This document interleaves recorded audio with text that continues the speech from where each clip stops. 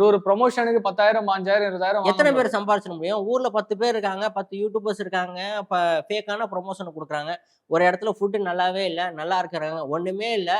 சாப்பாடு ரொம்ப low quality நல்லாவே இல்ல. இன்னைக்கு ரூ. 10,000 குடுத்து நீ பேசுனா, பேசக்கூடிய ஆட்கள் இருக்க தானே செய்றாங்க இந்த நாட்ல. அதான் சொல்றேனே, நான் அந்த ஃபேக் ப்ரொமோஷன் சொல்றீங்க இல்லையா? ஒரு உணவு வந்து ஒரு கடை இருக்கு. ஒரு அட்ராக்டிவான ஒரு பெரிய ஒரு கடை இருக்குன்னு நெனச்சுக்கோங்க. அந்த கடைக்குள்ள போறாங்க.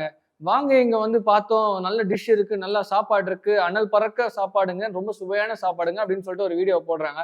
அத பார்த்து ஒரு 10 பேர் அங்க போய் சாப்பிடுறான். அடுத்த நாள் அவன் வந்து கவர்ன்மென்ட் ஹாஸ்பிட்டல்ல உட்கார்ந்துருக்கான். கண்டிப்பா. கவர்ன்மென்ட் ஹாஸ்பிட்டல்லயே நீ வந்து ஒரு பெரிய இடத்துல போய் சாப்பிடணும்னு நெனச்சு, உன் வீட்ல வந்து கண்டிப்பா வந்து பெரிய லெவல்ல சாப்பாடு இருந்திருக்காது. இல்ல நீங்க சொல்ற கருத்துக்கு வந்து நான் மாறுபடுறேன். அந்த உணவ சாப்பிட்டு மருத்துவமனைக்கு போயிட்டாங்க அப்படிங்கிறதுக்கு ஏத்துக்க முடியாது. ஏகப்பட்ட ஏன்னா பேர் அந்த இருக்காங்க. அளவுக்கு ரொம்ப லோ குவாலிட்டியா குடுக்க அப்படியெல்லாம் இல்ல. மாட்டாங்க. ஏகப்பட்ட பேர் இருக்காங்க நான் சொல்றேன். பெரிய உணவகத்திலேயே நான் சொல்றேன். ஏன்னா ம். நீங்க வந்து சொல்றது வந்து நீங்க சின்ன சின்ன தள்ளுவண்டிகள்ல சொல்றீங்க. தள்ளுவண்டிகள்ல சாப்பிட்டவங்களே நல்லா இருந்திருக்காங்க. நிறைய பேரு. கண்டிப்பா. பெரிய பெரிய உணவுகள், பெரிய பெரிய அட்ராக்டிவ்னஸ் ஆன ஒரு பெரிய ஒரு நான் அது பேர் சொல்ல விரும்பல.